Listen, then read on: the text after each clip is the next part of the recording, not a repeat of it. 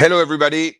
I hope you're well and welcome to this new edition of GM MvX, like every Tuesday and Friday in French, and on every Wednesday in English. Like today, we are live to comment on Web3 news and interview key figures of the ecosystem. You can then find the replay on podcast platforms, on YouTube channel, and on Web3 Cyborg platform. Today, I am with Arno, Atom Protocol ambassador and entrepreneur. Hello, Arno. I don't know if you have the mic.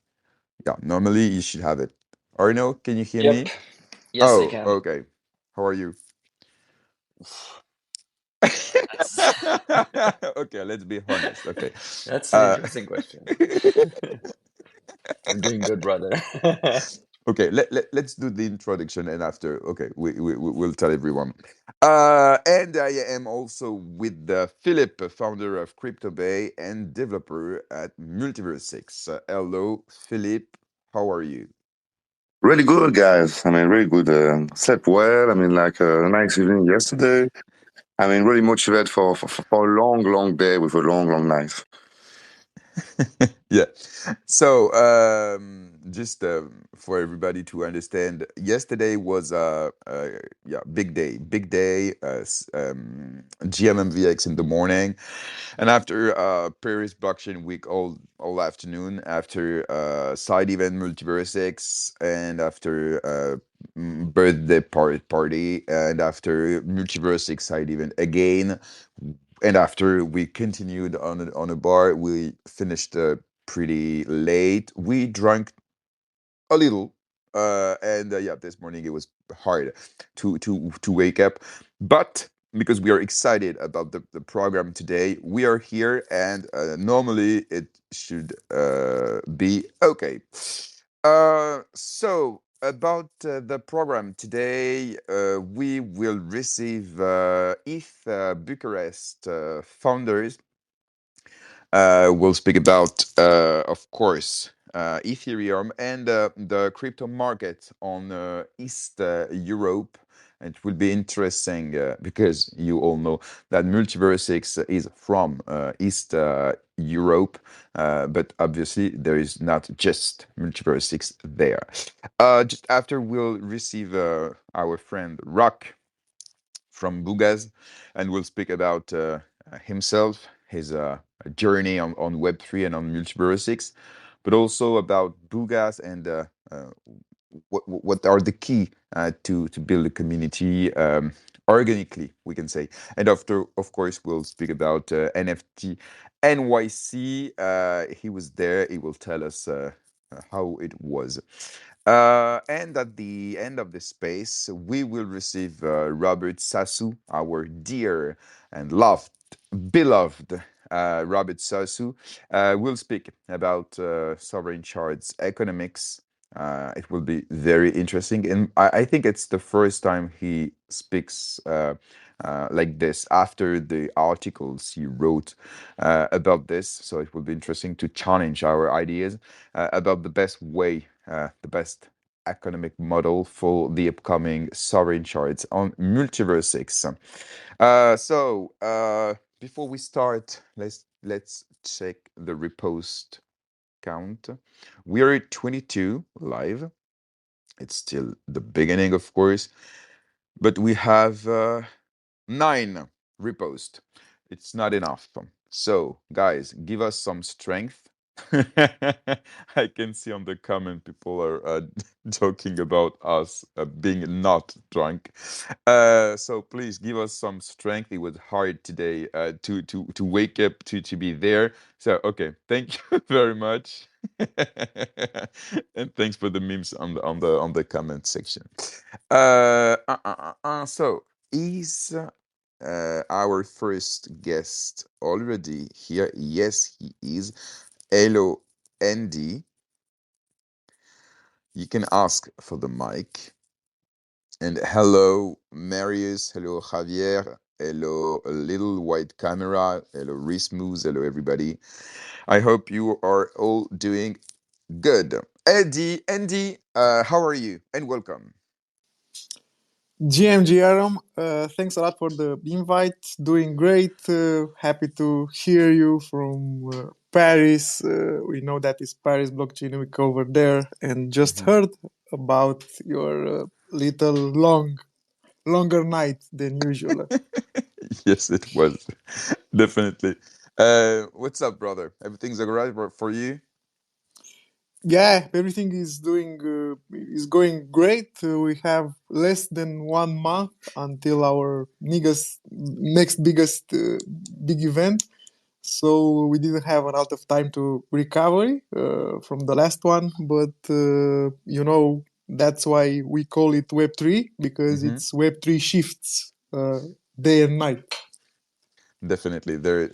We work and we have fun all day and all night. That's why we are here. Definitely. So Andy, can you just introduce yourself a bit about your background and your Web3 journey before we speak about ETH Bucharest itself? Yes, of course. I'm gonna be 2 minutes short. I'm passionate about the ecosystem since 2017. I'm looking at Bitcoin since 2014. Never bought it, just looking at it. I don't know why. And From 2019, I started working in the ecosystem for different companies. Uh, and When NFTs popped up, because I'm not a technical guy, it was very easy for me to understand uh, how they work and to understand to explain them to everyone else, even if it's a child or a grandmother. Hey, it's about ownership and it's about royalties. So that was the point that I decided to write a little bit more about the ecosystem. And we started a newsletter like 15 months ago dedicated to NFTs in Romanian for Romanians. Now we have more than 3,000 subscribers, and we started to ask them, "Hey guys, are you up for a real life meetup just to get to know each other, to see who is here, to put some faces on some handles?" And like 50 people said yes, we're gonna join an in real life meetup. We thought that maybe 20 people will appear, but we were shocked to see that more than 70 people appeared to that meetup. So that was the point when we realized there is a real necessity in Romania for a bigger event, national event. And that was the moment we started the idea of organizing an event. But while doing research, we saw that nothing is happening in Eastern Europe. So we decided to do an international event, not only a national one. We started with a warm up. We rented a venue for 150 people for NFT Bucharest. But with 4 days prior to the event, we changed the venue because we saw that is a lot more interest. We had 400 people over there. That was happening last year in March. We did a second warm up in Cluj, another city in Romania, same recipe, same results, 350 people, more than 30 speakers for both events, very curated, and people, I don't know, it would be cool to share photos. The audience was staying there from the start till the end, just listening to the speeches. Uh, and that's our story. We just build Okay. reputation. Okay. That's very interesting. Uh, Now, let's speak about the last edition, if you agree. How was that? How many people? Give us some metrics, and also, and after I'll give you the time to answer all of this, of course. What's the most important, and what's what was the narrative? What was the most the hottest topic people were talking about at the ETH Bucharest, the last one? So a very good question. Actually, we started everything by under promising and over delivering. That was the main thing around our events, and because my two colleagues, co-founders of Eat Bucharest, were at international events as volunteers, more than 20 international events, ET events in general. We decided to create also EthBucharest. It happened almost 2 weeks ago. It consisted from a hackathon and from a conference. 2 days of a hackathon and 2 days of a conference. We had like 35K prizes in USD, not in products or services for hackers. We had more than 100 hackers that were present in real life hacking, and everyone was uh, from the first 2 days when the hackathon was happening. I was really shocked seeing that although it was organized in Romania, 80% of the talks around me were in English. We had a very wide international presence over here with founders from other ETH events or in general, and we are happy to say that we had more than 1,000 people present to the event for the first edition. It was really impressive, and everyone who joined lived with this impression: hey guys, we were not expecting to see such a quality event in Romania. We can't wait to join back next year.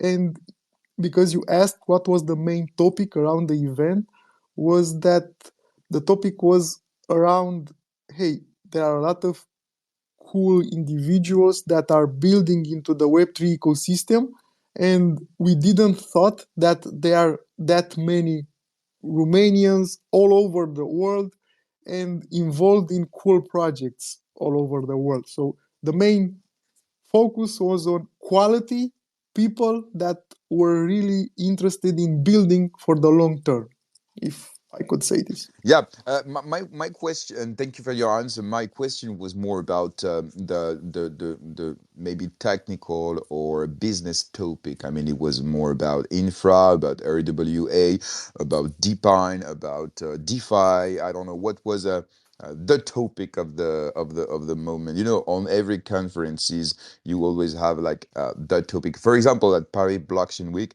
But we'll speak later.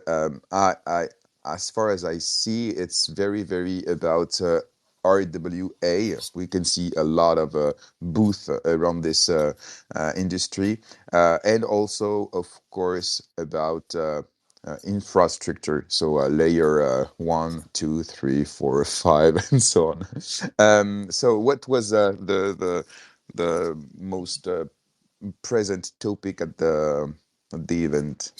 I think the most present topic of the event was infrastructure, indeed. Uh, but what's important in what we did is that we don't believe in a specific a mainstream thing. We believe that the ecosystem should not should not run about what's shiny in the present moment. And we offered an infrastructure for an event that had everything involved there. It had hackers, developers, regulators, communities, projects that offered a lot of bounties. For example, the hackathon we built in two ways with an open call bounty. So we had a prize pool for people that were building interesting, cool stuff without asking for them, hey, you should build on this on top of that. Just build what's interesting. And besides that, we had a lot of sponsors that offered their own bounties. So we believe a lot in uh, offering also products to the people to build, but also letting them choose what to build. So we didn't have a main topic for the event. If you want to choose one, it would be infrastructure, but more importantly, to showcase that it's an open ecosystem around the Web3 and Ethereum in special, and it doesn't matter. It is not only one topic that's Okay. important. Okay. Guys from the audience or Rock, of course, and hello and welcome, brother. If you have any questions for Andy, feel free to raise your hand or to write your questions on the comment section. And yeah, in the meantime, I will ask you something about MultiversX, because you know that Romania is a lot about MultiversX, of course, and many builders from MultiversX ecosystem were at EthBucharest. I remember I had it was funny. I had a call with Bidley team, and just after I had a call with Inspired team, and they were both at Bucharest, and like I had a call with both team, and they were like just a few meters, and they didn't know they had a call with me, but they were both at your event. So, what's your vision about Multiverse Six, if you have one, of course, and yeah, maybe did you have time to speak with these builders from our ecosystem? Very good question. Actually, we're in Romania. We're very grateful that MultiversX started from here. It helped a lot the local ecosystem to get onboarded into Web3 and to get educated themselves. And yes, I've met the two teams that you are talking about, and many other teams that were present over there to EthBucharest, and we believe that is not about only one ecosystem, and we don't believe in maxis of one kind of another. We believe in Web3 in general. So we believe that everyone should work with each other, because even if it seems like there are 10,000 projects over there, we in the Web3 ecosystem are so many. So there are not too many of us. So if we don't grow the ecosystem to onboard a lot more new people and to have real use cases to people use Web3 in general without knowing they use Web3, the whole ecosystem of Web3 is gonna fail, because we're gonna stay here. If we are gonna stay here, the same people for a few years, we're gonna get bored, and we really need more traction in real life or in real world assets. So that's why I believe that also the MultiversX ecosystem should work with other ecosystems and build together a better future, not necessarily being mandatory to name it, hey, it's all about Ethereum, or it's all about MultiversX, or all about Bitcoin. It's all about decentralization in general, and power to Okay, the communities. thank you, Andy. Yeah, Philippe, go ahead. Yeah, hello Andy. Thanks a lot to be there today, and thanks for your work and everything you're doing for the builders. No, Philippe, As your experience, Philippe, and you are probably there Philippe. since quite a while. I'm sorry. The sound is not good, Philippe. What? The sound is not Do you good. hear me? Not very well. Wait. No. Can you disconnect and reconnect and try to check the Wi-Fi? Okay. And if Philippe has a network problem, he will ask the question and I will ask it. Yeah, Philippe, try again. It's At the beginning. perfect. Yes, Okay. go So ahead. thanks a lot for your work and everything you're doing for the builders since years. A quick question. I mean, I was wondering if you see a difference in terms of interested builder in the ecosystem and in the Web3 technology. If there's a huge difference, or at least if you have some numbers maybe, or even a personal feeling about the difference of the involvement of the builder between bull run, bear market, and all these different phases. I think it's something to take really in consideration in the creation of events and the scale of the events. And just as for your with your experience, in fact, what's your feeling about that in terms of percentage and in terms of growth and fall down of these numbers, in fact? Very good question, Phoebe. Thank you for it. I think that builders are builders no matter if it's bear market or bull market. Of course, when it's a bull market, things are getting more noisy. A lot of new people entering the space. Also, builders But if I want to, I don't know, I want to have just one example. I see Marius Grigoraș here from Big Hero, and he's one individual that I respect a lot. He and his team, with Petric and with Eddie and with everyone else, they try to do everything building on MultiversX ecosystem in general. And for the past few years, it was a bear market. So they had products and invented themselves again and again, invented new products, tried to bring new people to the ecosystem, although it was not that shiny and everyone was talking about it.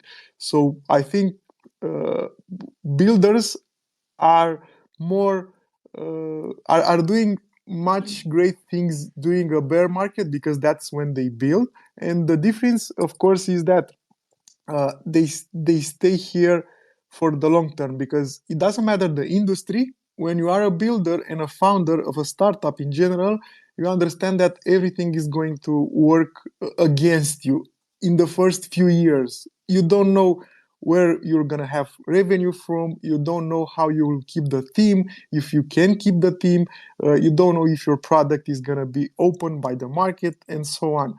But now, as everyone starts again to speak about Web3 in general, I see, and a lot of big companies and brands are entering the space.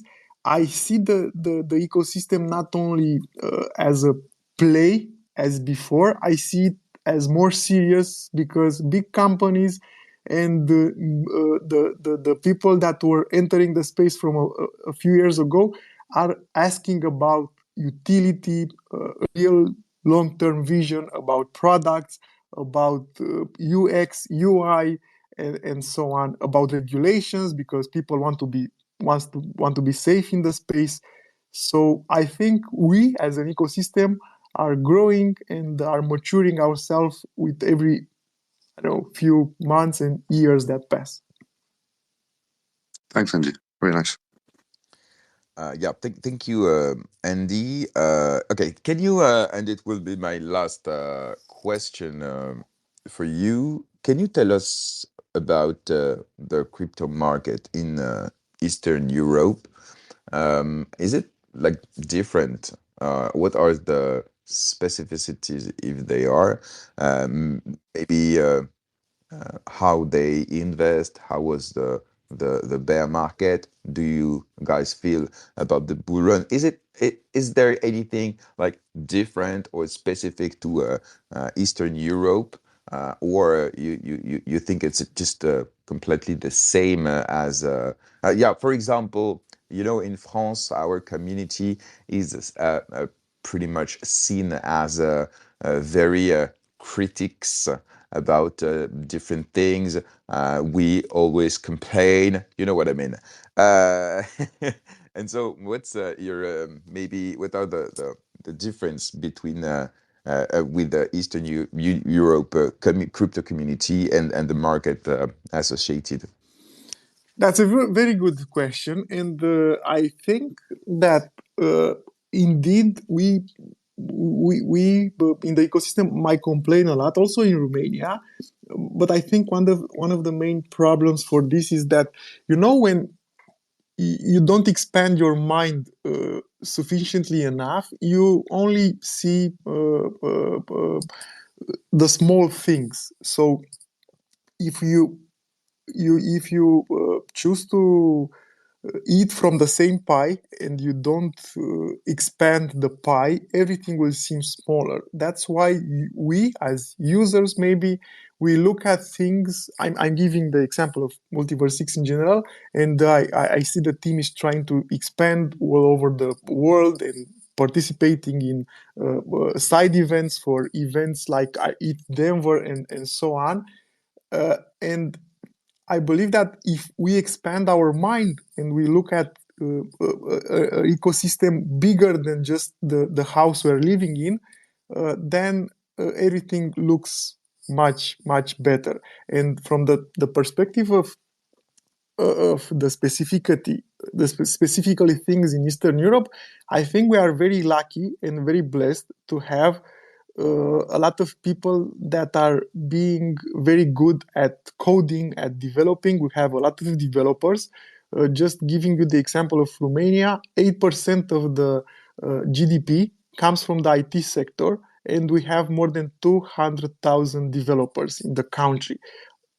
Only if 1% of these developers are gonna enter the Web3 space, that's gonna be more than 2,000 people. When you have 2,000 people that are building developers, you have tens of thousands of users. So we believe that we are very blessed to have a lot of developers in the country, and this is our specificality. And yes, I understand how frustrating it can be to see that the project where you are invested is not moving and so on. But in the same time, I think these are the times we are getting educated, and it will be like the internet was in the 90s.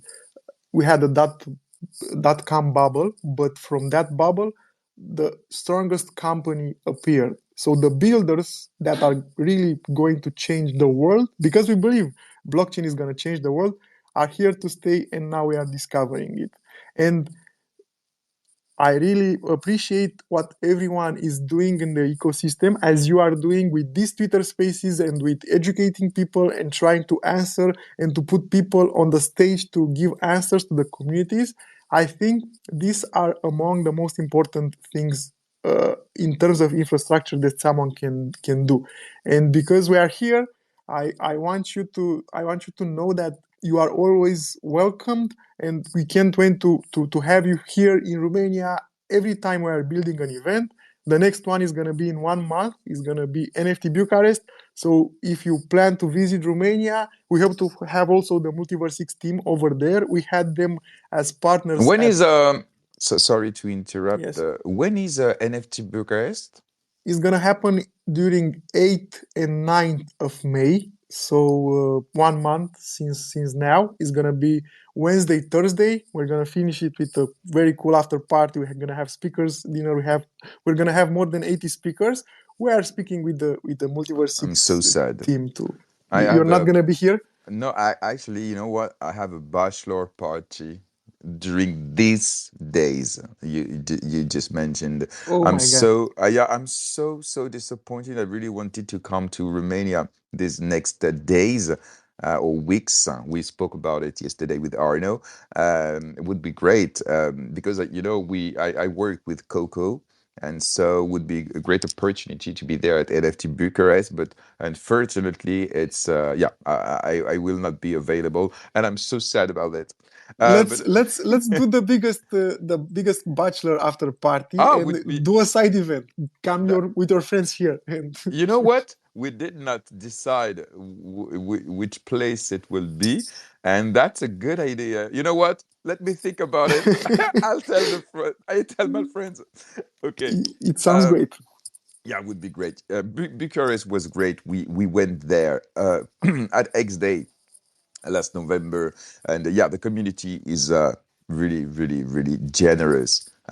Very cool, very chill. We spent very good moment there. Yes. Okay, thank you very much, Andy.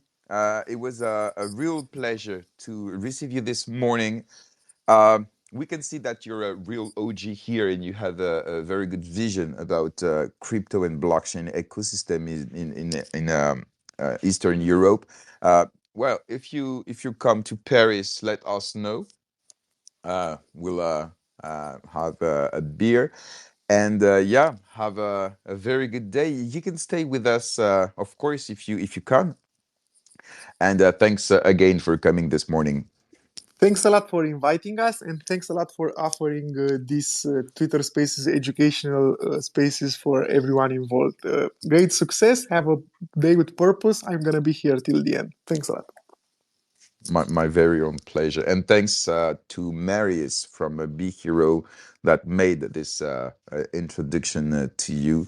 And thanks for coming. Okay, Rock, how are you? Ooga Booga, Rock, can you hear me? Okay, Rock is not there. Well, Arno, how are you? Arno? He's- Okay, Philip, how are you? I feel lonely. I feel yeah, lonely. honestly, I'm fine. I mean, like it's I mean, my thing is like the last hour. I mean, I drink water and cola. I think it's really important. Otherwise, I will not be there today with you, I think. But yeah, I mean, it's. I mean, we have a great discussion today. It's just yeah, still tired, but motivate. I mean, So what's up in the meantime before Rock will take the mic? What do you think about Paris Blockchain Week? You were with us yesterday in the afternoon. So what did you think about the event? I mean, the event itself is really nice. There's a lot of people, a lot of good energy. I would say. I discussed with different projects. I mean, I mean, it's the same feeling that the pre-bull run a few years ago. But there's a lot of things cooking, a lot of builders, a lot of you see people that are not technical. Also, you have people that are lawyers, you have people that are just here for economics.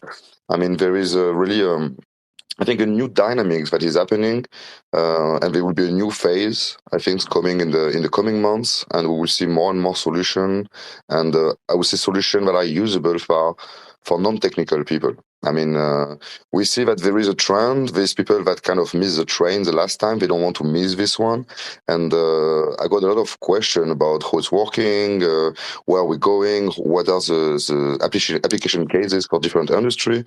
I mean, again, this PBW is my first time. Big event, a lot of good energy.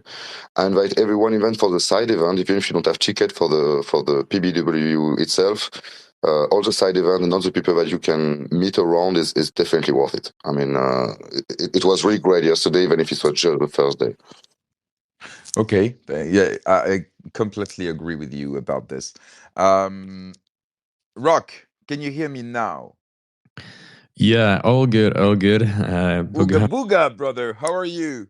Ooga booga, guys. Thanks for having me. I'm doing really well. I'm still jet lagged a little bit. You know, like home routines as well. You know, I had to take the kids.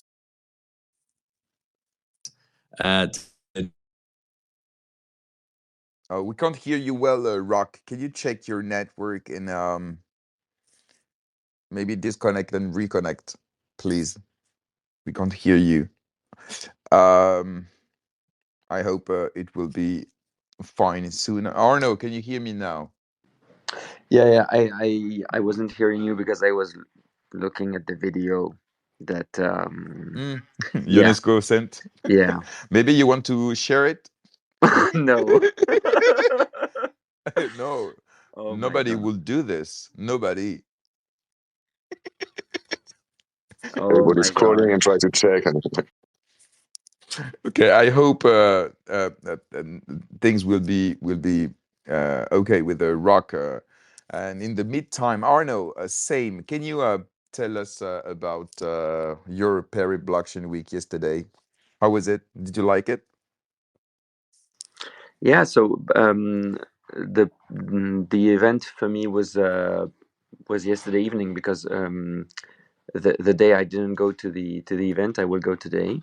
So I can't talk about the event per se, but I can talk about the side event, the MultiversX side event. That was, in my opinion, a blast. There was a lot of people. Um, it was great to discover people from, as Andy said, those events, they're not just about one specific ecosystem. And I think even if it's an Ethereum ecosystem, an Ethereum event, you still have a lot of people coming here. Web3 is a big family, and that's how it felt yesterday. So I met with people from Polygon. I met with people from Ethereum yesterday. Of course, we had several conversations with the MultiversX team, with Lucian, with Sergio, with Danny. So yeah, no, it was brilliant. And then of course, we had your birthday. So this accelerated everything up till now. I mean, I'm still accelerating, Yeah, So like Benny. He's chief of acceleration. Yeah. Now I don't know what I am, but I'm deep in space. Okay. Thank you, Arno. Rock. Yeah, check. How Yeah. can you guys hear me now? Is it okay? Yeah, sounds okay. For now, I hope it will be Perfect. okay. So, Rock, we all love you here. You've been Thank you. you know it. You've been on MultiversX for 2-3 years maybe, and on different roles. And let's speak about it.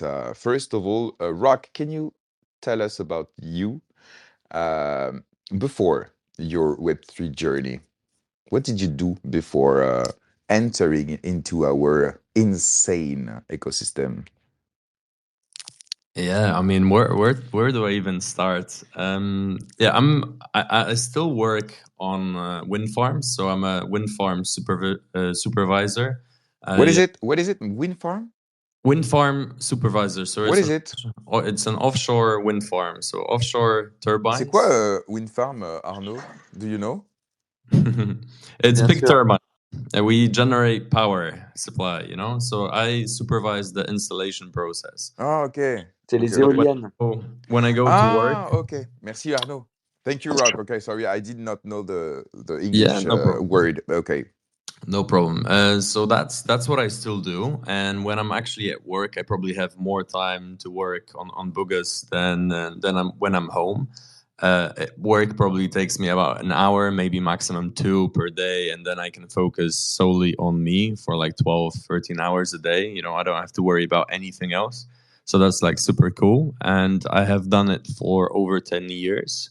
Hopefully I will be able to quit that and go full-time Web3 once we grow out the brand. So I've done that, but like besides that, I always have to have like a mission of mine. So I've done a lot of, let's say, property. I've done clothing in my life. I've done coffee. I did my own camper van with my own hands, so that was quite a long, intense project for me. I do also house interiors, so I've done that in all of my apartments. So all of my property that I made, that I created, I do everything in them, top to bottom. So I like to work with my hands as well. I did a lot of woodwork in my life and stuff. So I guess once I start getting into something, I like try to do it the best as I can. So I get really down and dirty, and get like seriously involved. And then I found Web3, fell in love with the space. Still am in love with the space, and I can see the massive potential that's here, and everything that we can achieve together as a collective. So and I always wanted to have my own brand, and then We'll James. speak about it. Yeah, We'll speak of about course. it, and Yeah. thank you for your background. I would like to take a moment also maybe for you to explain and to introduce, no, to present your journey on MultiversX. What was your first maybe your first steps into this ecosystem, and after what you did with the ducks, and all of this leading to Booga. Yeah, cool. Yeah, I mean, the first project I ever minted on MultiversX was the Elrond ducks. I got into that, and then it was kind of like for all of us, it was something totally new. I had no idea why the hell I'm spending so much money on JPEGs, but yeah, I bought one, then bought a second one, and then it naturally evolved. I have been in probably every community on the Multiverse X ecosystem. I have far too many NFTs. I don't sell NFTs as well. I'm not a good trader. We are the same. I get attached like you, Check. yeah. But it is what it is. I don't complain. I'm very happy to be here. And then like with Elrond Ducks, I've try to help out the community as much as possible. There's quite a lot of, let's say, people involved, so it's not like I can do my own thing over there. However, I always try to help out and learn at the same time. So it was a good introduction for running a project as well, because let's say I was running the Twitter for some time, and just doing all sorts of different things inside of the community. And yeah, I guess as at the same time as that was happening, I was already planning Boogas. Because James got in touch with me, so it was kind of like together simultaneously. So like the Ducks have a really strong community, and there's a lot of people that would love to see it succeed. So hopefully that happens. There's actually a fun fact at the moment. They are in negotiations with TFM to fully take over the Ducks to the community. So hopefully that happens sometime soon. TFM want to pass on the torch fully. So like that was my journey, and MultiversX. Like I try to be involved in every project on here, every good project. I try to learn as much as I can, go to as many in real life events as well. I've been to 2 X days so far, which have been heaps of fun, and I just love meeting all of the builders inside of this ecosystem. There's nothing quite like in real life meetups. You can't beat it. So yeah, can't wait to the next one. And just super excited for this space and how it's growing. Okay. We spoke, we talked for hours, you and I, for years now, about all these project, this NFT project, these rugs. You came on my spaces many times. We've been through all of this together, brother. You know it. And maybe can you tell me what was the best moment on MultiversX so far? The moment that was, I don't know, something that you really remember about, and what was the worst moment, maybe the most disappointing moment, or something that you lived for maybe 2.5 years now. Yeah, I mean the most exciting was definitely the beginning, right? Like starting this NFT journey here and just being super excited about this new space. You get that kind of honeymoon phase on each network. Once the NFTs kicked off, everyone was super excited and probably making quite a lot of not so smart bets or investments.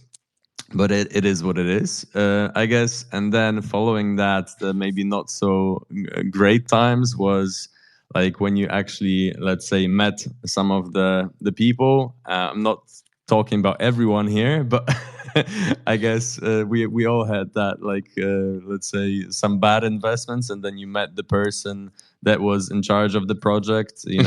Found out that he has no clue what he's doing, no plan, no nothing, and then you're like, okay, why did I invest in that?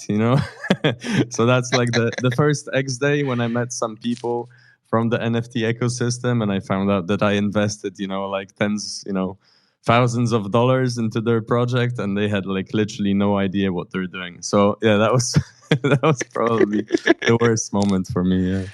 Okay. Yeah, you were at X Day in Bucharest. Were you there at Paris as Paris well. one? Yeah. Yes, as well. Yeah. Okay. Yeah. Okay. Yeah. Okay. Okay.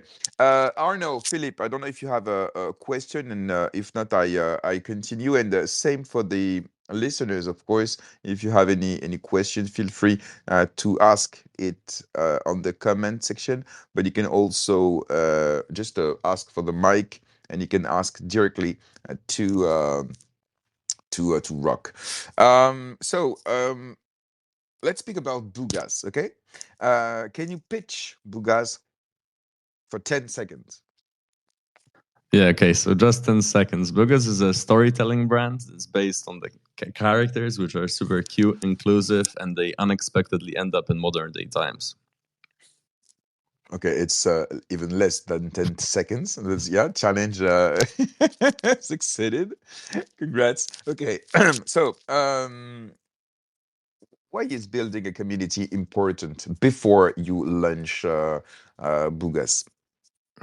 Yeah, I mean, it's the foundation on which we want to build the brand itself. Like, talking, I guess we'll go into NFT NYC as well, but like you could see the power of the communities at the events, and like the pudgy community is just so freaking strong. I mean, like those guys like are invincible, and I'm just super bullish on pudgies as a whole because of that powerful community.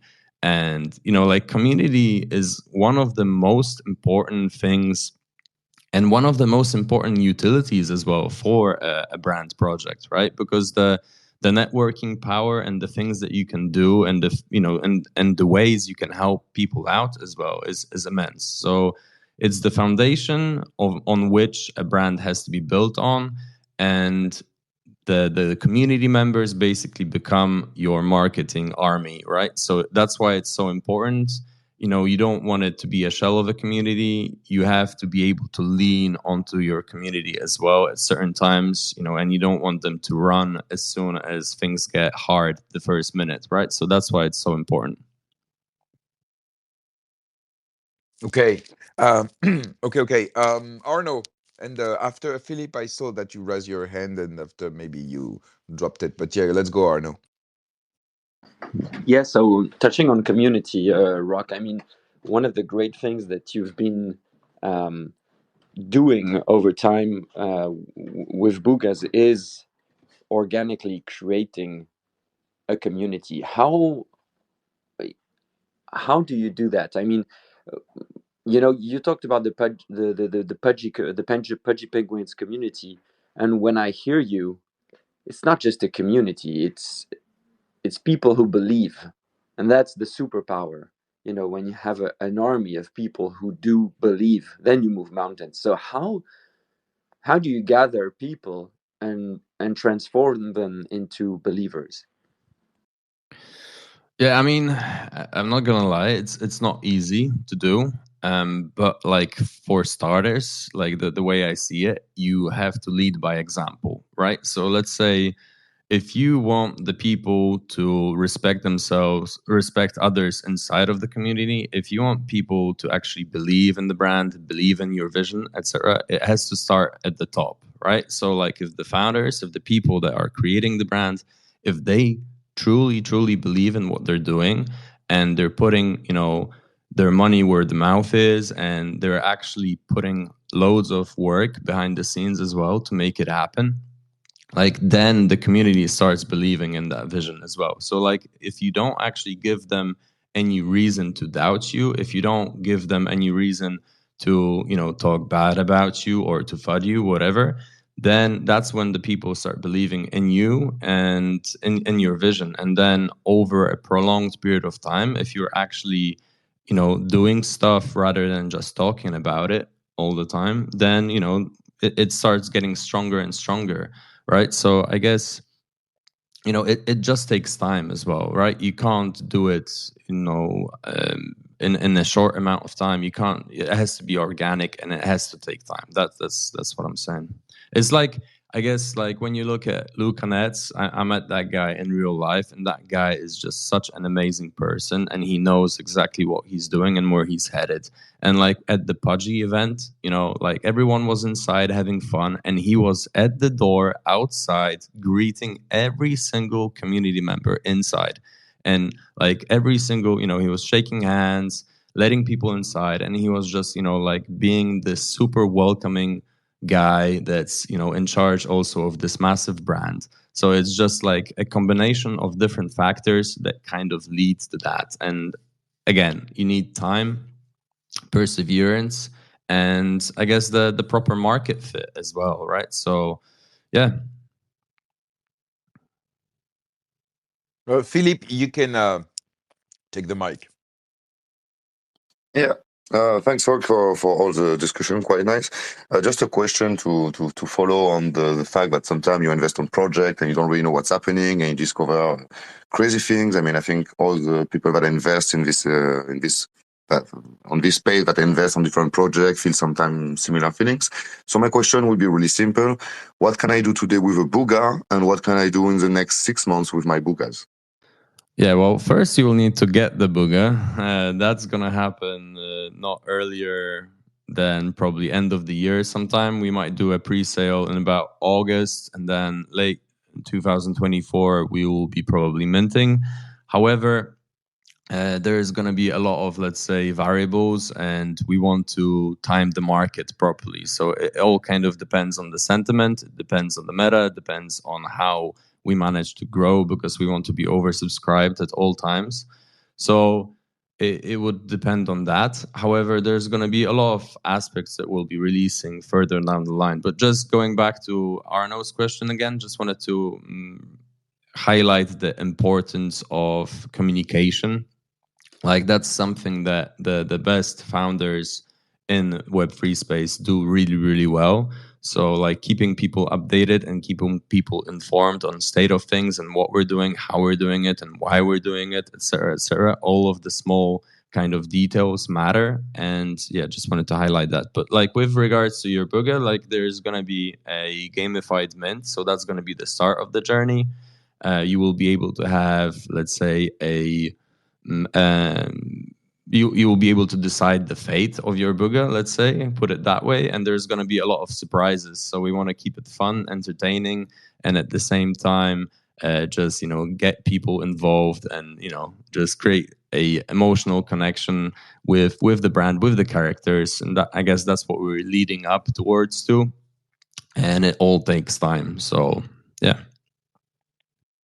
Yes, thanks a lot. And I really hope that a lot of NFT projects will follow the same. So instead of minting immediately before to deliver anything, build a concrete plan with their community, because you start to gather the community quite early. That's nice. And create the NFT when things will be clearer. That's really nice, I think, and that's how things should be. Yeah, just to touch upon that, like the whole art, the whole collection is already made. So we have everything ready. So it's all prepared, it's all done. Great.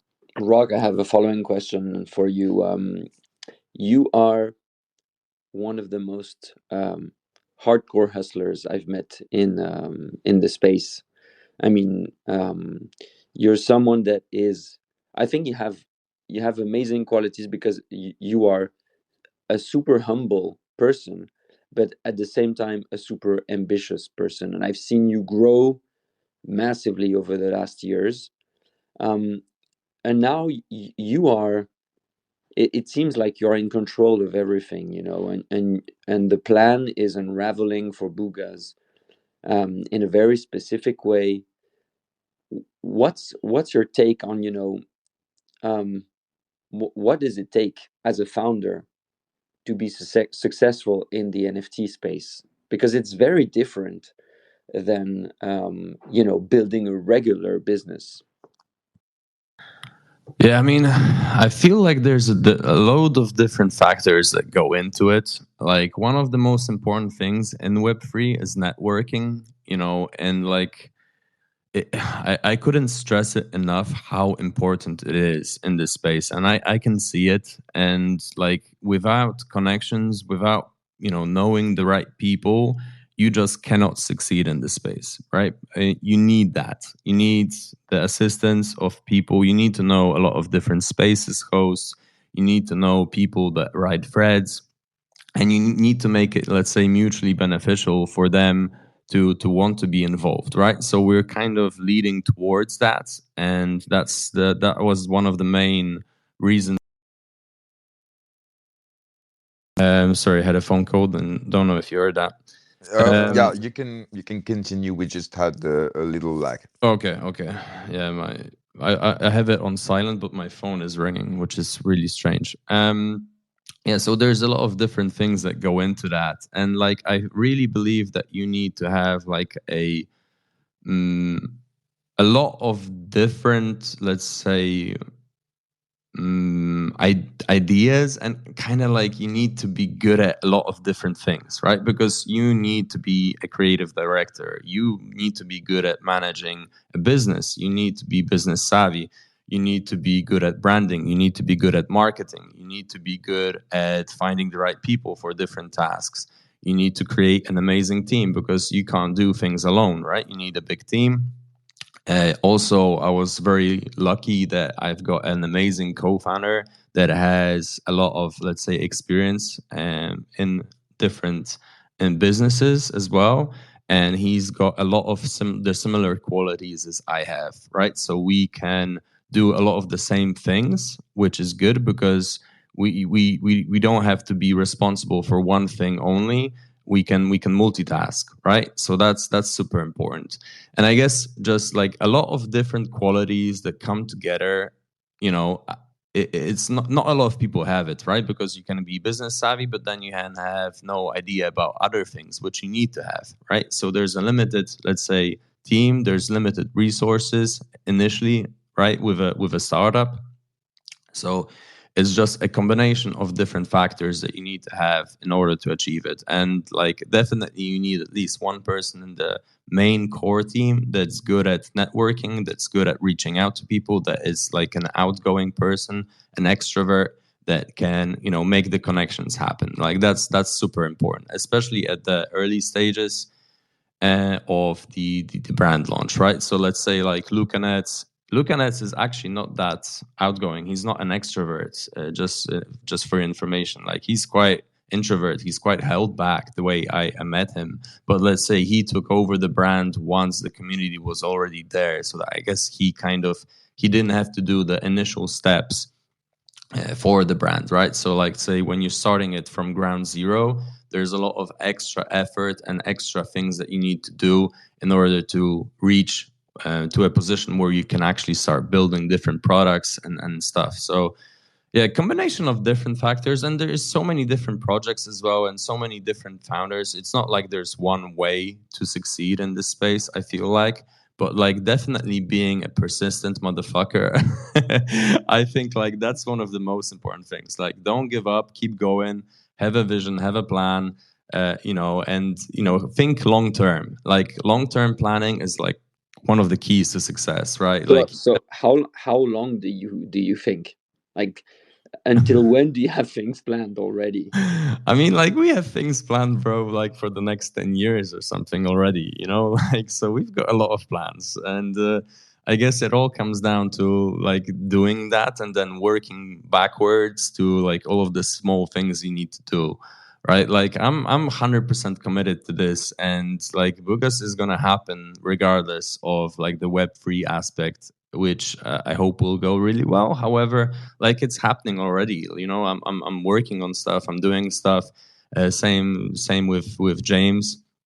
It's happening regardless of anything else. Like we've put in too much work, and we'll keep going at it, and hopefully everything goes as per plan. But there's always kind of just you need to be flexible in a way where you can adjust your tactics and your plan, because metas change, people change, the whole industry changes.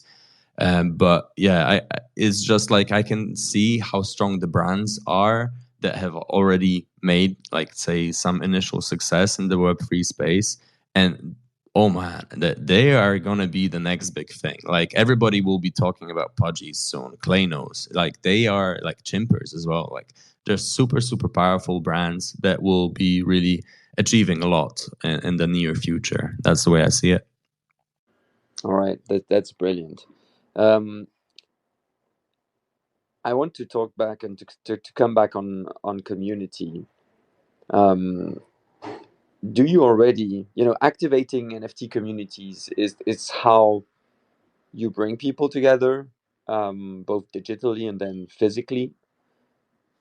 Do you have an idea of how you want to activate the Booga community in the early stage, both digitally and physically? And I'm obviously also on the digital part asking you the question so you can tell us what you're doing right now, because you have already started.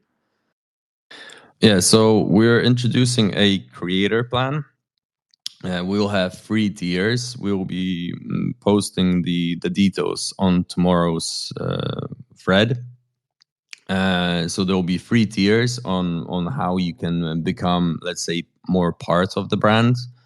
So yeah, watch out for that. We'll announce that, and then going from there, like we've already seen what works the best, but we don't want to overdo it. So let's say quote posting, like say the more important posts, and just DMing everyone by hand manually, that works really well.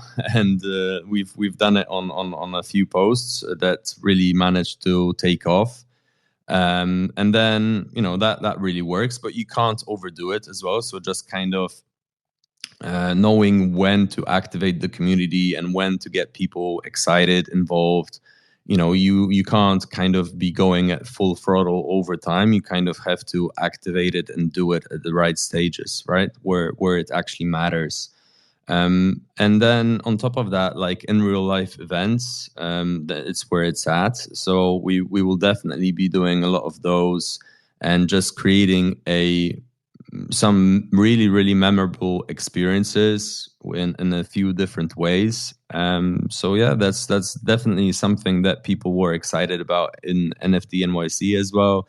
Like I had probably the most amount of different types of merch and stuff, for giveaways and stuff, and more than brands that are out there that already minted, right? Like, I had pins, I had stickers, I had caps, I had 3 different types of caps, I had t-shirts, I had jackets, I had custom shoes. So even like Lucanet was super impressed because I made like these booklets, these sticker booklets, and I gave him that, and I gave him a pin as well. He was actually wearing my pin at an interview that went on TV. So yeah, I guess just like doing that kind of stuff as well really, really brings people closer and connected to the brand. But it all takes time as well, and it's bringing and activating the community is super important, and like incentivizing them and giving them as much help as possible. So all of the details will be coming tomorrow. So make sure to check that out, and yeah, just super excited for the future of how it grows out. It's I can see a desperate need as well in this space. Like people are almost shouting out that they want to be seen. There's so many brilliant accounts that just cannot get the reach, cannot get the followers, and are just struggling and a bit frustrated. So like finding really like gems and accounts that are releasing marvelous content and then bringing them on board into Boogas. So like headhunting for those type of individuals, that's something that we'll be doing as well. And yeah, just going from there. And hopefully that is a sufficient answer. I'm so much looking forward to how you're going to bring all this to life. In a continue to bring it to life, because obviously you have started. Yeah, I mean, if I've been in this space for a few years, and I don't know if I can say or point to someone that is more prepared or more built to handle this type of business than you. And yeah, really looking forward to how everything is going to come to life, man. Yeah, I truly appreciate it. But like I'm very, very lucky to have James next to me. Like he's a beast. Like without him, this And would not. we don't hear James that much. Yeah, but What? he's got a different role, right? His role is different. We can't all do everything, right? His role, like all of the posts, all of the storytelling, that's James. Like I could not do that. Like I'm crap at storytelling. It's not my forte, let's say, But he's like you need different people, different, let's say attributes. So like we're doing it together, like brainstorming and bouncing off ideas and then leading to like final thoughts and stuff, it's like you can't do that alone, right? Like any founder, no matter how smart he is or how prepared he is, like if you don't have someone, like that's got your back 100%, like that you can actually work with all the time and talk to all the time, talk to more than you do with your wife and family, it will be very hard. So like I truly believe that like us together we can really do a lot, but like by myself I wouldn't be able to do half of the things that we can do together. So just super thankful again for having him, and excited for the future. But yeah, appreciate the flowers, bro. It means a lot. But like we've got so much we need to prove and so much we need to do that I can't take any of that yet. We need to prove a lot of stuff, and we need to get there before I can truly kind of take that in. You talked about and you touched about the emotional toll that it is to be an entrepreneur. Can you tell us more about this? You talked about family. I mean, you and I we talk, and I know there's things there.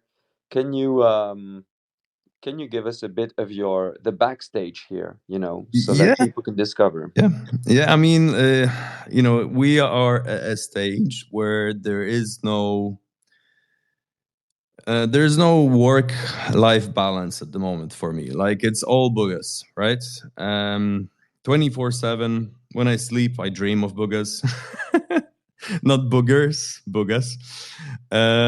So yeah, there's it's like continuous, it's non-stop. But let's say because of the long-term vision, because of the passion, and because like of the determination that we have, like I can see us really succeeding in this, because it doesn't feel like work per se. Like when I'm working, let's say 14, 15 hours about things, that we're doing and stuff, I don't get that tired. It's not like emotionally stressing, like my wife, is not the happiest about all of this. I'm not gonna lie, because like, suddenly from me having more time, I have less time, right? So, but she's super supportive at the same time, and she wants us, wants this to succeed. Too much time and effort is going into this to see it go down the drain. So, with 2 kids as well at home, I guess just like planning out the day properly, just so that I have enough time for the family as well, is super important. Waking up early, doing some, stuff in the morning, and then taking the kids to school, kindergarten, and then just planning the day out so I can do as much as possible is paramount. And I guess just thinking long term, it comes down from thinking long term, and just you don't want to burn out, so you can't go, let's say, 1,000,000% all the time. You kind of need to kind of pace yourself back sometimes, and just do some stuff for yourself. So when you're planning out the day, plan something just that's for yourself, some gym, some bike riding, and kids time as well. That's just super important, super paramount. All right. Coming back to Boogas and the business side of it. So being a successful NFT project, I kind of hate that word actually. An NFT project. It's so it doesn't fully grasp the complexity that this business is, and so you're building an IP, and then you're building a community, and then all of this, I'm sure you have ideas, will be activated so that it can become also a business. Do you already have some things to share regarding that? Yeah, so I mean, like me and James, we love coffee. I mean, like I'm just so passionate about coffee, and coffee is. I know it's been done in the Web3 space. However, like that's some let's say aspect that we want to push forward to. I don't think it's been done properly yet, and so that's one revenue, one thing that we want to do. But like on top of that, you can check our trademark, and you can check what we've actually trademarked, and there's loads of different things, because we want to try and let's say focus on a few different things and see what works the best, and then what we manage to get the biggest revenue on, and then kind of prioritize it, right? There's also, let's say, my side project that I'm working on, but I don't really want to talk about it. James doesn't like me talking about it yet. So I'm not gonna. But yeah, there's a lot of different things we're working on, and let's say coffee is something that we really want to prioritize, and we've put a lot of effort into the branding so it works nicely with coffee as well. And yeah, that's just something that we're super passionate about. And I guess if you have enough passion for a certain product, and it's good business, because coffee is an amazing business if done correctly. Like the margins are through the roof, like much higher than on, let's say, clothing or on some other, let's say, consumables. Like it's just immense how big margins you can get, especially with good branding on coffee.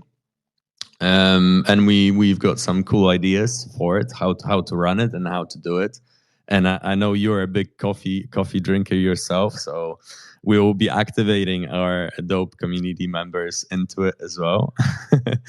But yeah, there's and like you said, it's not just an NFT project; it's a business, and we are a startup, and we need to bring revenue to the brand itself. We also have a lot of plans of collaborating with, let's say, my in real life connections. Let's say with clothing and stuff. We don't want to start off with our own clothing per se, but we want to collaborate with different brands to do some cool stuff together. So that's the route for us, and we'll see how it goes. But yeah, it's all about utilizing the community to the max, and working as a collective towards one common goal, which is the growth of the brand awareness, and just making sure that our quality of products are on par with everything that we've done so far. It makes me so bullish on our small MultiversX ecosystem, that guys like you, but also some other guys, I see Petrika here, I see Lucas, I see Javier, all these people, they have learned so much by doing over the last few years, and great fruits are going to come out of all this. And so I'm very happy that you are going after your dream, and building your own thing, and doing it so thoroughly. It's great to see, and it's great to see all the guys here. Petrika, with Black Hat Network. All this is, we can feel that it's gaining power over time, because we all learn. Yeah, 100%. There's so many great individuals in the MultiversX ecosystem. So yeah, super bullish on everyone here building and striving for their dreams. Like it's no better way to live your life than actually going for your dreams and doing everything in your power to make it happen. Back to you, GRM. I think you had your hand raised there. Yes, and I'm listening your discussion, and it's really exciting, and thanks for this. I would like you to tell us about NFT NYC. You were there. How is it? And which project did you connect the most? Do they know about MultiversX? And if not, I think you were a great ambassador for MultiversX and Boogas, of course. Yeah, tell us how was it, and what lacks to MultiversX maybe to be more known all around the world. Yeah, I mean, I don't even know where to start, man. I mean, like NFT NYC was the vibes. I mean, like, it was just so great. It's crazy. I mean, like, I still get goosebumps now when I'm thinking about it. It was just so epic, right? But the funny thing is, like, over there, the actual conference is of no interest to anyone. Like, nobody got, it was like a dead town, you know, like on the NFT conference. It's all about the side events, right? Because the side events are just such amazing. And it is just, you know, it's like top tier. Like, imagine, I don't know, Hollywood actors organizing parties. That's how these parties looked like. They were like top to bottom, prepared. You know, like, just there was no like second best. It was all top tier, all amazingly prepared. Especially like the Pudgy event was crazy. I don't know what the budget for it was, but I'd be guessing like probably like $1 million or something. You know, like crazy party where you walked into the venue and you had like small mini games organized. So you had like beer pong, you had table tennis, you had basketball, you had bowling inside, you had crickets, you had like, I don't know, like all sorts of crazy things. Then you had like a massive food stall in there, free drinks, you know, like amazing music. You could win prizes as well. Everybody, like most of the people, got merch as well. On all of the TVs, you had Pudgies, just, you know, doing all sorts of cool stuff, and just like top to bottom, amazing quality, amazing people as well. But going back to your question here, like, I noticed the power of certain communities, like the gods, let's say the gods and youths community is super cool, super powerful as well. Met some lovely people, made some great connections as well that I'll be definitely using. You know, like some of it's like the creme de la creme of, you know, like NFT space. You know, the people that were there, like super.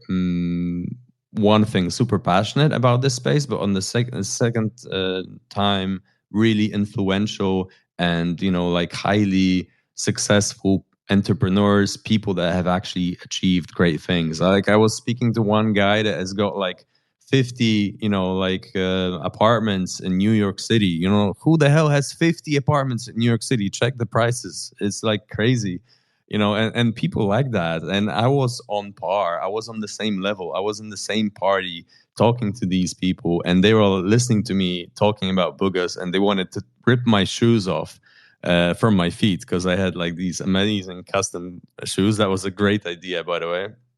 I highly recommend it. It was great for advertising. But yeah, and yeah, kind of going all over the place here. But like, it was super organized. All of the parties were great. Community people were great, and there was no hate. There was no conflicts. There was no fights. Everyone was like super bullish about the future of these projects. And yeah, I guess I'll answer more questions once you have them.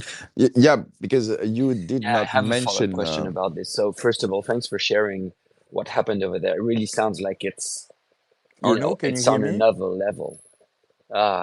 Arno? Those brands, Okay. and there's a question at the end of this. Those brands, they are in the business of, you know, bringing people together, and that's amazing.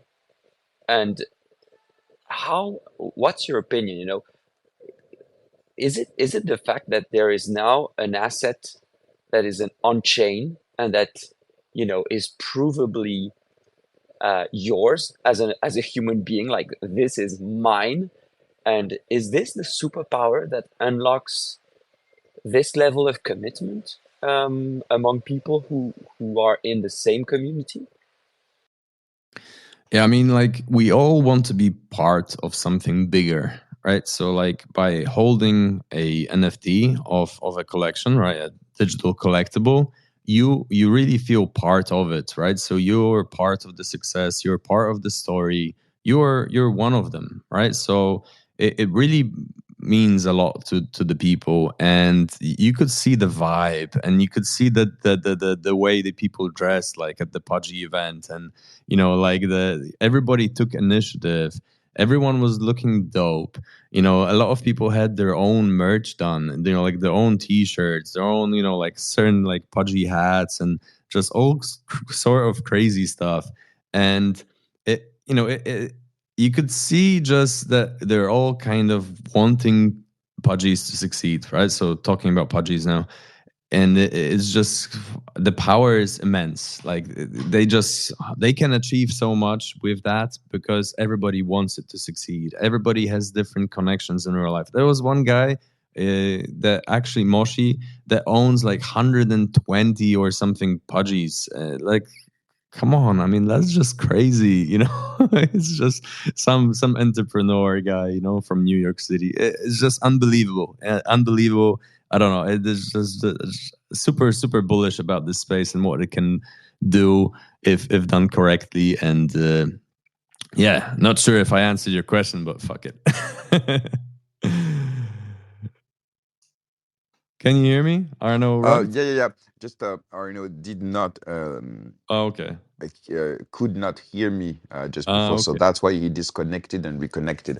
Okay. Just you did not mention MultiversX when you spoke about NFT NYC, so I will re-ask my question. Sorry. Yeah. No worry, brother. I remember it. Okay. So yeah, just tell us about maybe their vision about MultiversX. Do they know MultiversX, or maybe they are still remembering Elrond? And tell us So how with it was. regards MultiversX and people there, so bad news is that nobody knows what MultiversX is. Nobody. Like, I Brother, mean, you said that when Robert arrived. yeah, I mean, it's that's why I'm here. I'm kidding, brother. Just it's a big I've coincidence when you said But this. that's Robert just just honest truth. Like all of the people there were NFT degens.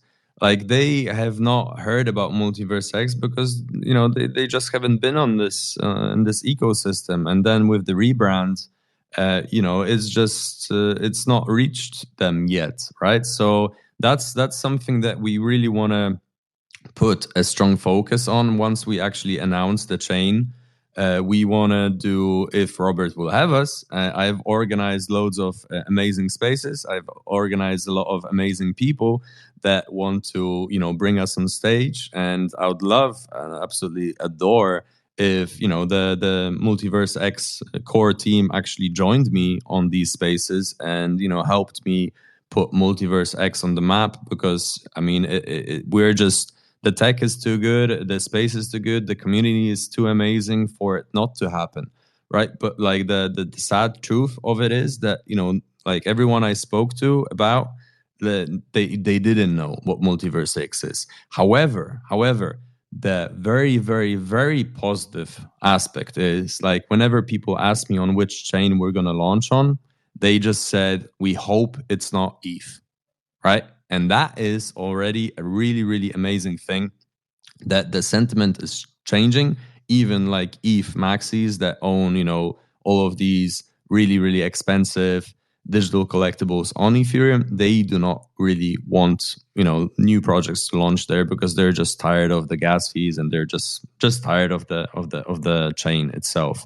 Right. So that's something that I'm happy for. And I really hope that the meta is going to change towards layer ones, like scalable, secure, amazing layer ones. And if that happens at the right time, and we push the marketing forward together with the MultiversX team, then I truly believe that we can put MultiversX on the map. And yeah, one thing I fully agree on, that I read recently, like if it were eGold network, if we could do the fork and do that, that's something that would be super beneficial, because people do know the ticker. Like they do know what EGLD is, right? However, the MultiversX brand, they do not know. That's interesting, and we had the discussion with subject 2, who proposed this new name, and thank you for your description of how people know or doesn't know MultiversX, and we receive Robert. Hello, Robert, and welcome. How are you? Hello, I hope my setup works correctly. If not, I will join from other place. Well, for me, it's not loud enough. So maybe you speak low, or maybe it's the setup. Can you check? I think it's better now. Yes, it's better. It's better. Yes. Yeah, I had to put some microphone gain in. Okay. Yeah. So just welcome, and we're happy to have you, and we will start our discussion about sovereign shards in a few minutes. But before, maybe obviously you know Rock. Maybe you want to say hi, or want to ask a question or something to our guest Rock, Robert. I just joined lately, and I heard that nobody knows about MultiversX, and that's quite was the feeling on it in Denver as well.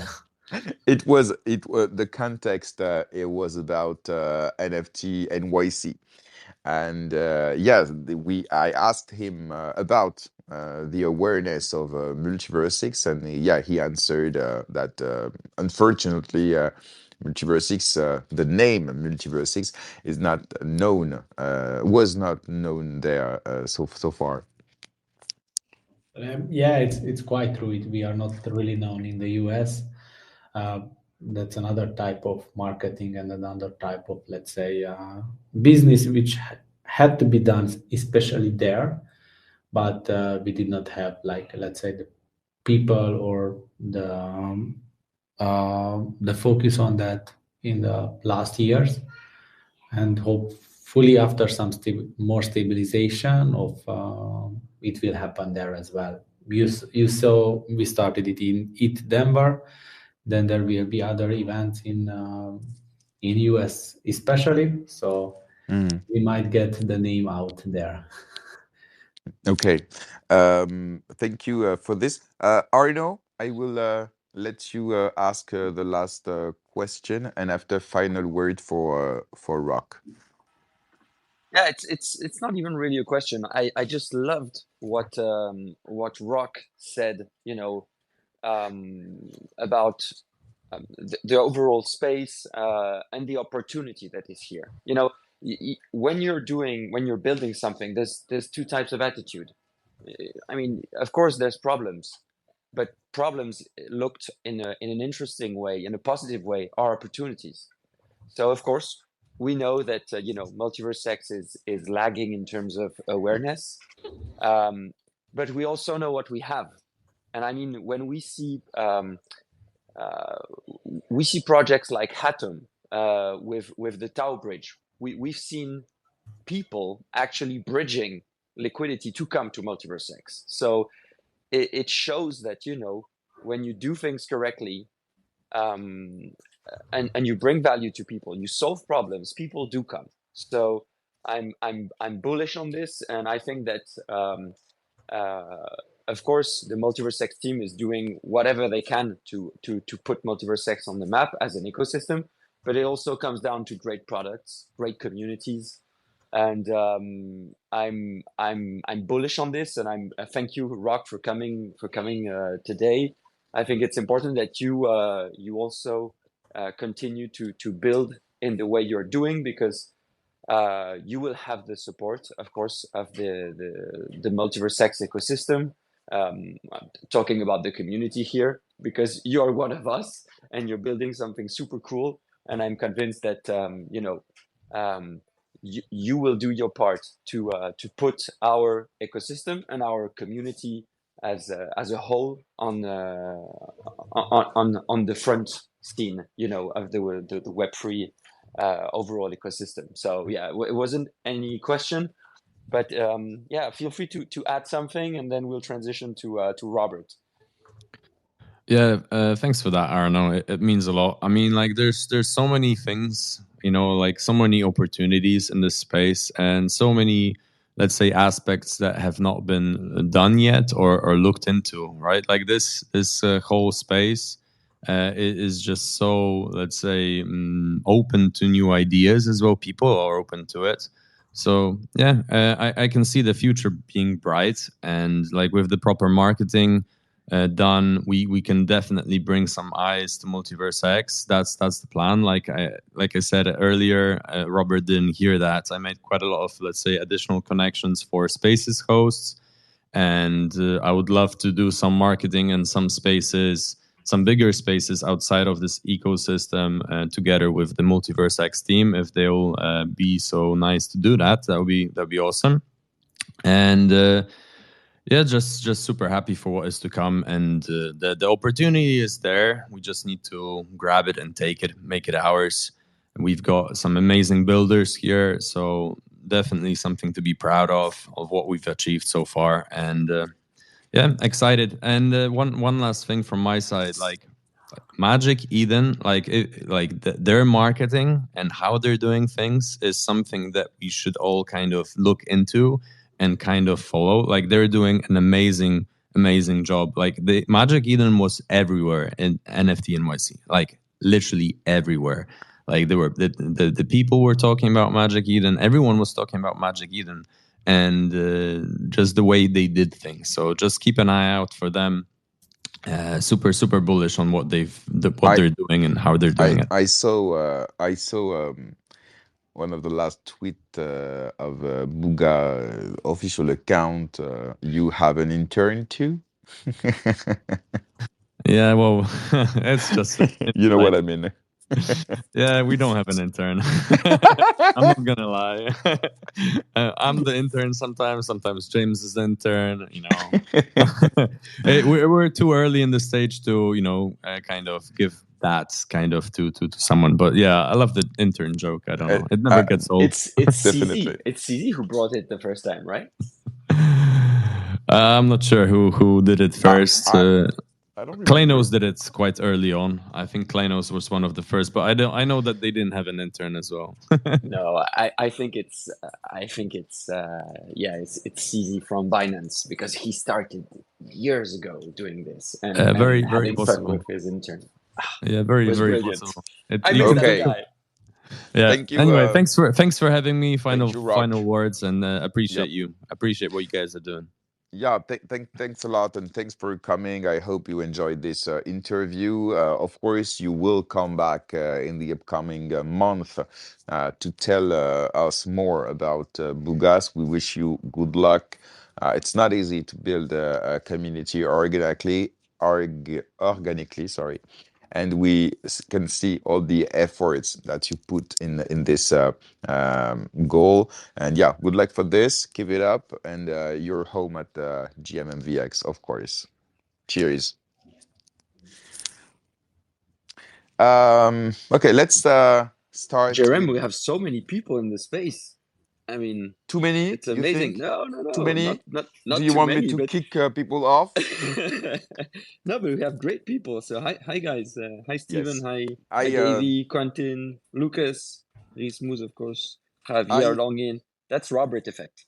Yes, that's a Robert effect, but also that's the topic effect. Because today we will speak about sovereign shards once again, but it will be, in my opinion, something very exciting, because first of all, and I will let Philippe and Arno drive this discussion, because I think they're more skyful than me about this. But I want first of all to tell you, Robert, my deep thought about the way you do things. I will not be longer, but it's important for me to tell you live. Robert, I really, really, really appreciate the way that you, with humility,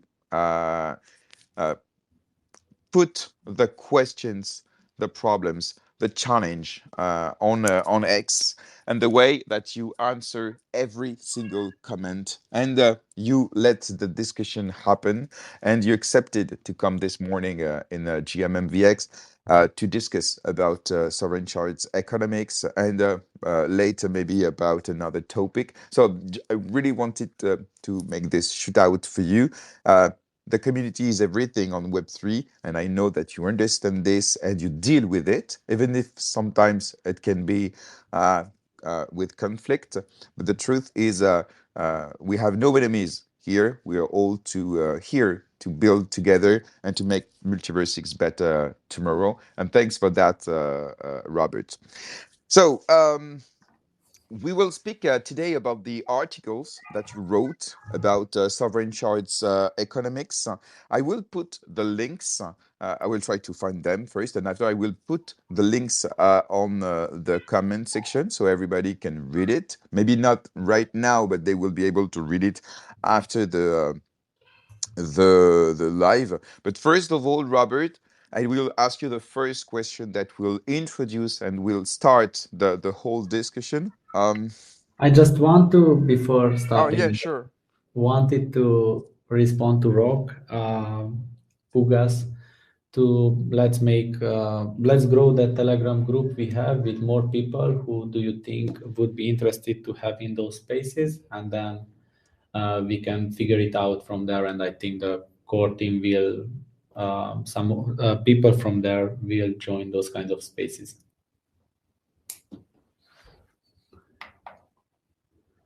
Rock, you want to answer? Go ahead. Yeah, I'm not on the mic anymore, but appreciate you, Robert. It means a lot. Let's be in touch. Thank you. You're welcome. Okay, so let's start the discussion, and with my first question. Why our economics are so important in sovereign shards, and what are the biggest challenge on it, Robert? Can you repeat it? Yeah, why economics are so important on sovereign shards and app chains in general, and what are the biggest challenge to avoid? Well, the problems to avoid, and the most important thing to prevent before the launch of the sovereign shards. So when we started to think about like app chains, you could leave those to be as custom as possible, and people do whatever they want, however they want. But we see that, and from our own experience and from the experience of other app chains, and speaking to other founders of app chains, we see that gathering the initial security, the initial validators, the initial economics funds, it's pretty hard. You have to make a launch pad, an ICO, an IDO, whatever, where you have to create private and public sale, where you need to distribute those tokens, have agreements on paper with people, with validators, with everybody, a lot of work in order to gather the, let's say, the initial decentralized set of validators and funds to start running your chain. And it's some of those things which are not necessarily seen in the space, how these things are gathered, but it takes months and months of work to do that. In our case, it was mostly, for example, Lucian's job to do it in the early Aaron eras, and then he made all the connections and connections to people and validators, to everybody out there, to have a starting point, which was at that point not so decentralized, but from which we could grow into decentralization. And when you have a chain to launch and you don't have these kinds of things, you spend a lot of time and money and effort on this instead of building stuff. Plus, if you don't have a good economic security and a good backing, other people will other projects to come to you will be it will be harder for them, and for example for people to move big liquidities to you.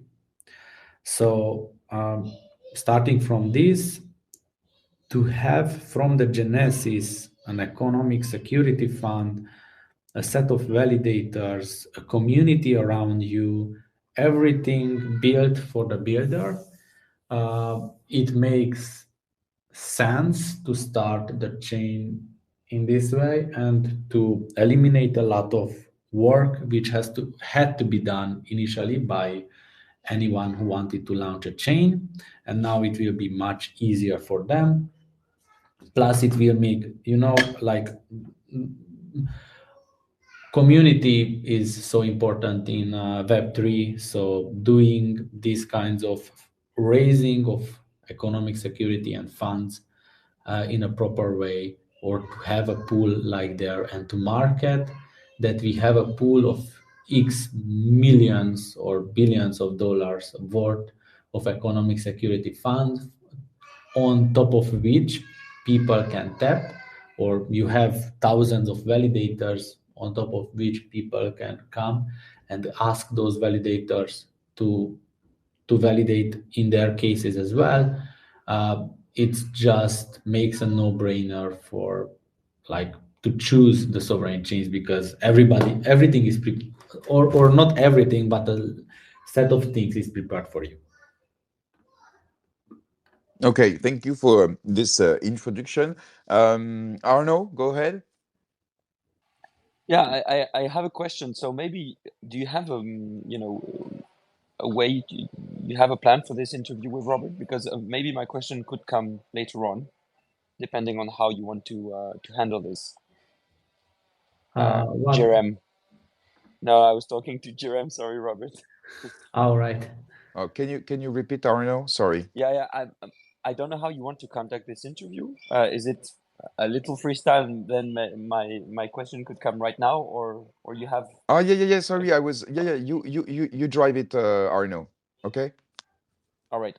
Thanks. So Robert, when I read your paper in the Agora on sovereign chains, it put a few things in perspective for me, and I want to bring this as a context before asking you the question, so you can enlighten all of us with economic security, because this is a notion that you touched on, and I think this is really central here.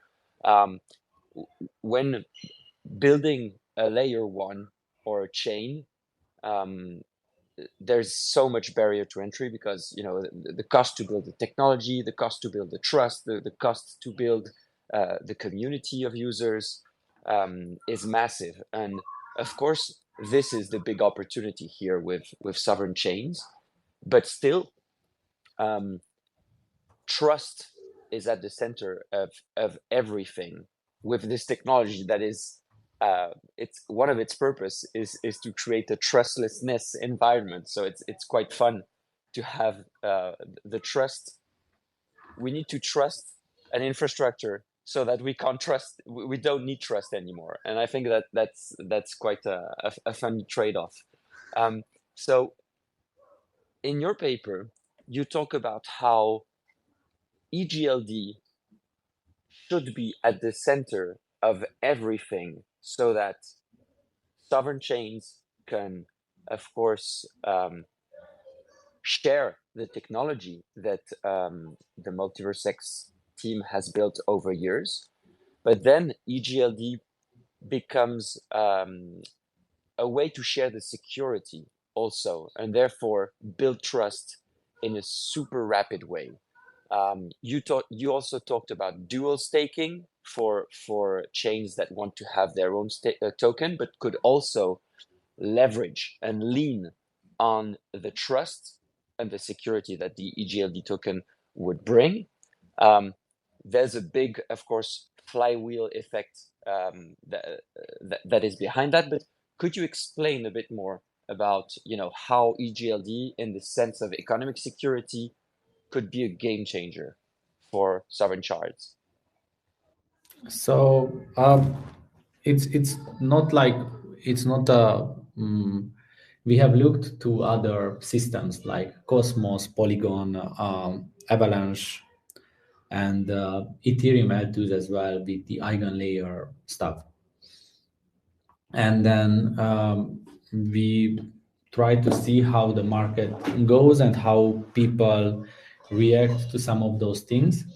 And you know, when a new chain launches, it's pretty much unpredictable where it will go from terms of tokens. And then people, bigger investment companies tend to keep a set of coins which, let's say, are much more stable in terms of price and volatility.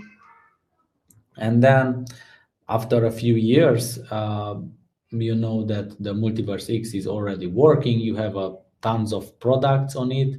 You have tons of users on it. So it has a higher appreciation or valuation or usage.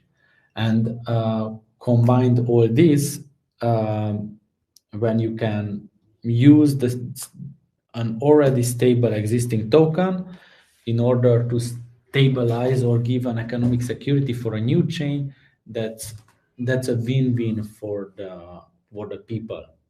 And in terms of technicalities, how it is taught, if we really think about like technical terms, is one-time restaking of EGLD, and then you would delegate your staked EGLD into a contract, and that contract is the economic security fund for the new chain or the new chains. Here is a debate whether we should let multiple time restaking or not, and whether So Robert, sorry to interrupt you. Could you explain restaking to people who maybe here don't understand, don't know about it? What would be EGLD restaking to secure sovereign chains? So as a user perspective, what you would do is if you have, let's say, a liquid staking asset, then you would lock that liquid staking asset into a new smart contract on a sovereign staking smart contract. That's what, from a user perspective, would see. From an economic point of view, these kinds of locking and your idea that you said to lock these funds for a new sovereign chain, it also means that some of those funds may be slashable depending on how those sovereign chains work. So you have a little bit of risk there. The thing is that your staked EGLD produces for you the same yield it produces when you stake it directly on a delegation contract. But because you secure economically another set of tokens, another set of chains or one chain, it will mean that you will get some rewards from that chain as well, as those chains have to make it interesting for people to restake their tokens. When you restake your tokens, it doesn't mean that you lose custody over it. You are the owner, you have the custody, but you may have longer lock periods. Here we are thinking about 3 to 6 months lock periods. But this is again one thing which should be discussed or aggregated on the Agora. These kinds of longer lock periods are needed for security reasons for the sovereign chains.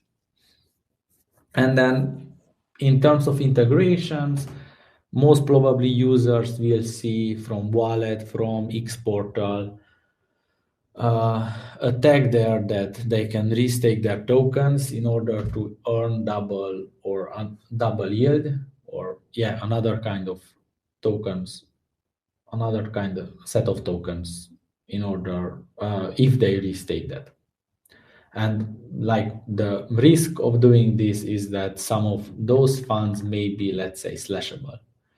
Even right now, some of those funds, what you delegate, let's say, are slashable. Slashing is not activated on the mainnet. It's only jail right now, and the jail right now is paid by could be paid by anybody, but it is paid by the staking provider. Okay, very interesting. So you talked about two things that I want to come back to. The sovereign chain staking smart contract would be similar to the current staking smart contract. So meaning built by the foundation, and all sovereign chains go through this staking smart contract, correct? Yes. So actually, there will be a set of contracts and a factory contract through which sovereign chains will launch their own set of let's say, header verifier and validator contract and the configuration contract and the genesis contract. And the idea is that they will be able to customize a lot of things, but it will be a factory through which those things are launched. Then there will be, I don't see that there will be one, but there will be like these kind of factories and contracts will be on all the shards. So we will utilize this as well in order to scale more and more, because why not? It will make, all the shards will take in some of the sovereign chains as well. And then what we think about that, people will launch their, like through the factory, they will launch contracts, but they will be able to add hooks or activate hooks for whitelisting, hooks for blacklisting, hooks for setting up fees or all kinds of things. And then those are proprietary for each sovereign chain. Okay. And so in this future where people can restake their already liquid staked e-gold, does that mean that those sovereign chains, this sovereign chain staking smart contract will be able to handle all the different forms of liquid staked e-gold in the ecosystem? Yes, so we will use the liquid staked e-gold existing on the ecosystem, those liquid staked e-gold which are audited and open sourced and verifiable contracts. So let's build it properly.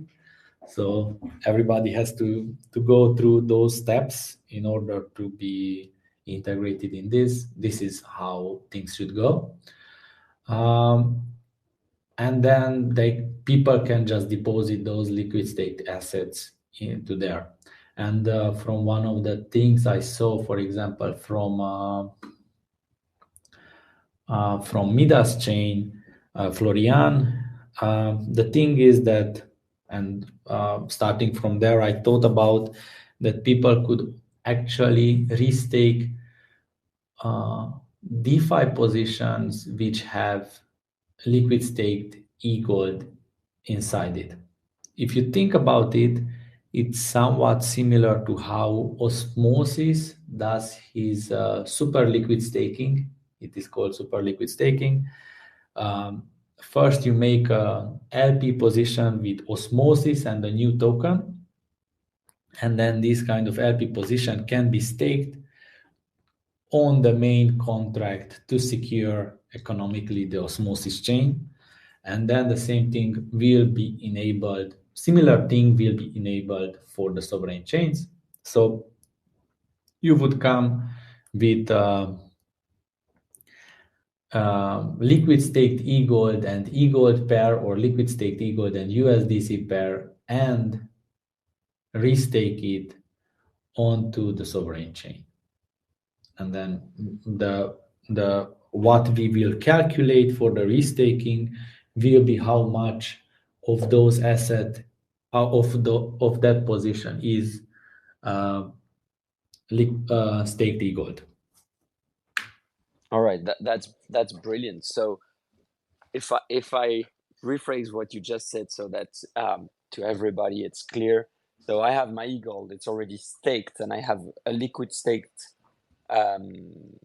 token. So I'm already exposed to the APR from the fact that I stake. Then I do some liquidity providing on an EGLD pair with my liquid staked e-gold, and so I'm exposed to this opportunity, and then I can use this LP, let's say liquid staked e-gold USDC, and I can restake it for the sovereign shade security, and therefore being exposed again to economic gain by security. So that's 3 times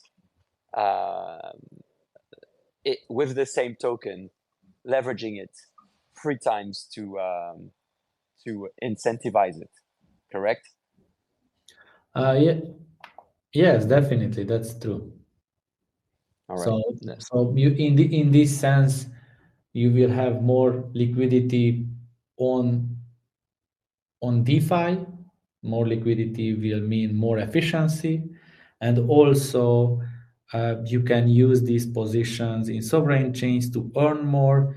In this way, you will have, let's say, less impermanent loss or no impermanent loss. It will be much more efficient for liquidity providers as well. Okay. Philip, go on. Just before we have Andre that just took the mic, and community first always. Sorry, Philip. Andre, Yeah, hello and let Philip welcome. let Philip go because he was first. No, go ahead, Andre. Don't worry. Philip will be there As until Don't the worry for end. me. Maybe not you. So go ahead, Andre.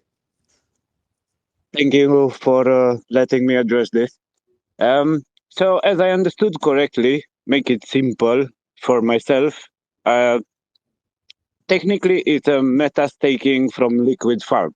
So will be like a third layer of staking, but on sovereign shards.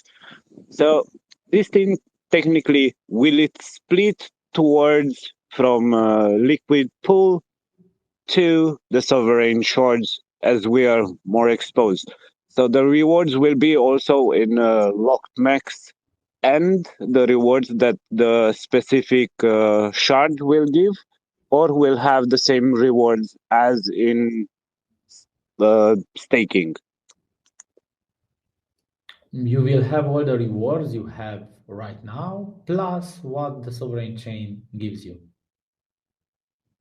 That sounds amazing.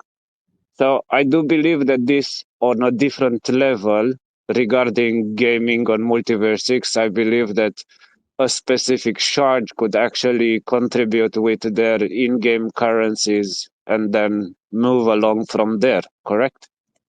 Yes, that definitely. Okay. Cool. Thank you very much. I'll step down. I'll leave someone else speak. Philip, go on now. Yeah. Let's go. So hello, Robert. Nice to have you there today. I mean, we were missing you yesterday, to be honest, but it's nice to have this discussion. Thanks a lot for your economic paper. I mean, that's clarify a lot of point about sovereign shard and how it can be used in the Web3 ecosystem and how it can grow and provide a solution for create new blockchains. My question I'll try to go a little further if it's fine.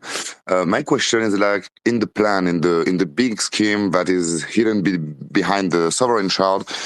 Do we have already an idea or a plan or an approach to provide this technology for non-Web3 companies? Let me dig a little.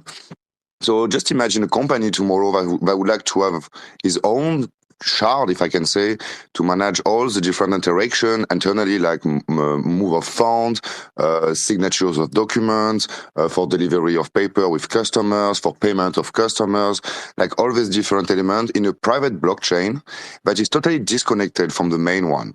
So if I'm a company, I want to replace my entire system, like either from Microsoft or other system for my company. Is there a plan to use a sovereign shard to create the system for my own company And I'm talking about big institution and big group, and don't get me wrong, not a startup, but to manage all this information internally, privately, without access to. Did he stop or my internet? Oh yeah, no, that's Philip who had an issue. In the meantime, we will receive Lucid, and Philip will come back I think after. I have the information. Yeah, the question was ended. Oh, Yeah. okay. The question was good. So even right now, you can run sovereign chains in a private form. You can, with the configuration of the peer-to-peer network, you can set it private, and then you have it directly.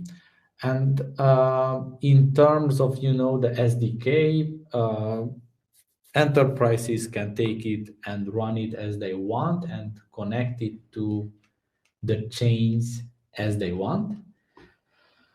For private stuff, they can do however they like, but I think that when they want, they will want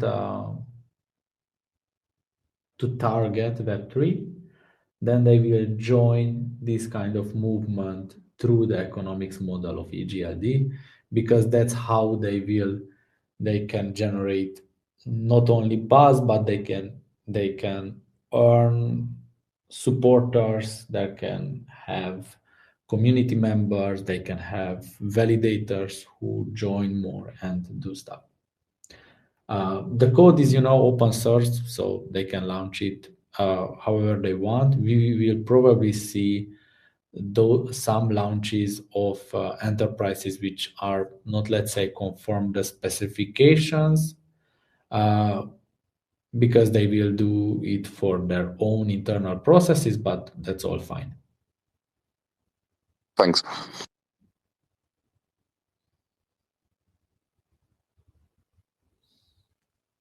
Go ahead, Lucid. Hey, yes, hey guys. So happy birthday, late Jerem. And Thank you. Hi to everyone. Hi to Robert. Always really love to talk to you. Actually, I have a question regarding this economic viability. And actually, the only scenario where I see an issue potentially is right now for the staking provider, right?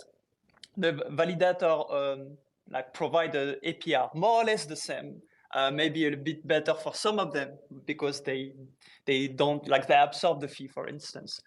The issue that could happen is we're gonna have a lot of difference in terms of API. So some server shard gonna say, yeah, I offer you a lot of APY, and then we're gonna have a big discrepancies. And I foresee maybe an economic issue where, for example, the funds could, I don't know if there is a possibility that it could be harmful for the network. And the quick second question is the liquid stake. The liquid stake right now is okay, but let's say if we open the liquidity, is there a way that people can manipulate the price of the liquid staking and potentially harm the security of the network? Yeah, that's it. I would start with the back, like manipulating the price of liquid staking. You have a clear way of knowing how much liquid staked. So 100 liquid staked equal, how much equal is it really? So that cannot be manipulated. That's not price, that's a value, and it's pretty clear how to calculate for each of the liquid staking contracts. And if they change something, then they can be, let's say, removed from the sovereign chain restaking. On the other hand, I see sovereign chains offering different kinds of rewards for people. That's maybe that will happen, and competition is good, and we have to see how things will turn out. That's why you will have the users will have a longer locking period. Then I think that sovereign chains can set it up. Okay, I will allow restaking of at most 100,000 e-gold or at most 200,000 e-gold. Then the places will be filled up as they happened in, when the delegation system started back in 2020 or something like that, around that 2021 maybe.